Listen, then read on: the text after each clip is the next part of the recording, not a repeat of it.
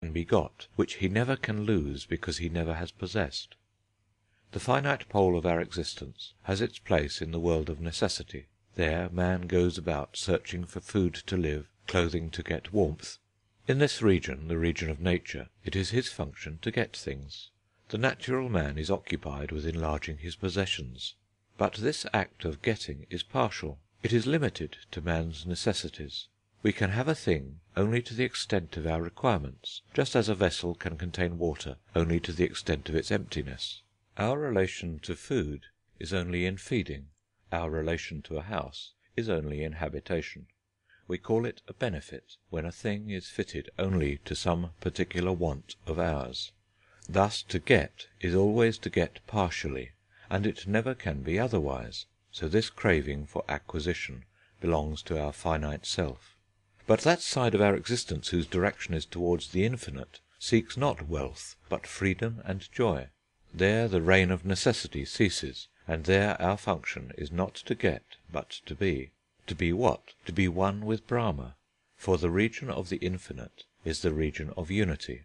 Therefore the Upanishads say, if man apprehends God, he becomes true. Here it is becoming, it is not having more. Words do not gather bulk when you know their meaning, they become true by being one with the idea.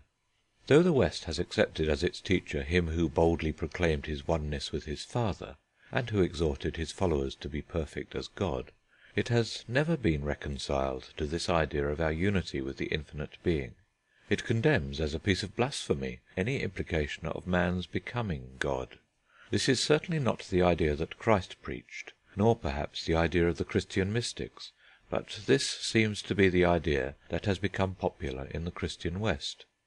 But the highest wisdom in the East holds that it is not the function of our soul to gain God, to utilize him for any special material purpose.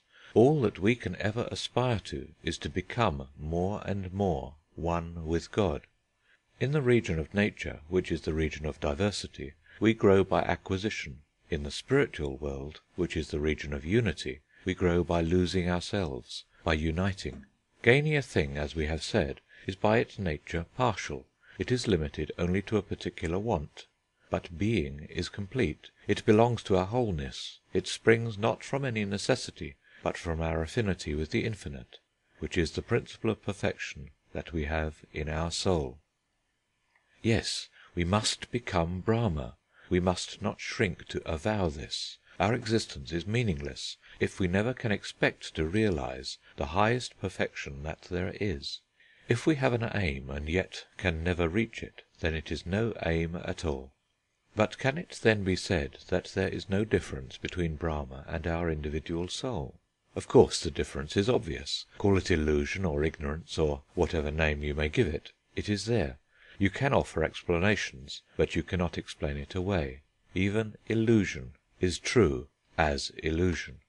Brahma is Brahma. He is the infinite ideal of perfection. But we are not what we truly are. We are ever to become true, ever to become Brahma.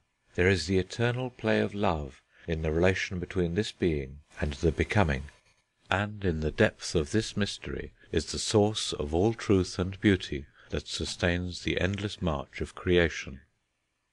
In the music of the rushing stream sounds the joyful assurance, "I shall become the sea." It is not a vain assumption, it is true humility, for it is the truth. The river has no other alternative. On both sides of its banks it has numerous fields and forests, villages and towns. It can serve them in various ways, cleanse them and feed them, carry their produce from place to place. But it can have only partial relations with these, and however long it may linger among them, it remains separate. It never can become a town or a forest. But it can and does become the sea. The lesser, moving water has its affinity with the great motionless water of the ocean. It moves through the thousand objects on its onward course, and its motion finds its finality when it reaches the sea.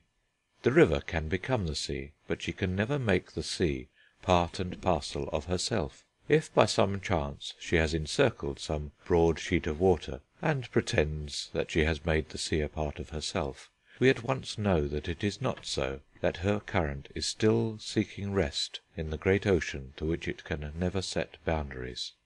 In the same manner, our soul can only become Brahma as the river can become the sea. Everything else she touches at one of her points then leaves and moves on, but she never can leave Brahma and move beyond him. Once our soul realizes her ultimate object of repose in Brahma, all her movements acquire a purpose. It is this ocean of infinite rest which gives significance to endless activities. It is this perfectness of being that lends to the imperfection of becoming that quality of beauty which finds its expression in all poetry, drama, and art. There must be a complete idea that animates a poem. Every sentence of the poem touches that idea. When the reader realizes that pervading idea as he reads on, then the reading of the poem is full of joy to him. Then every part of the poem becomes radiantly significant by the light of the whole.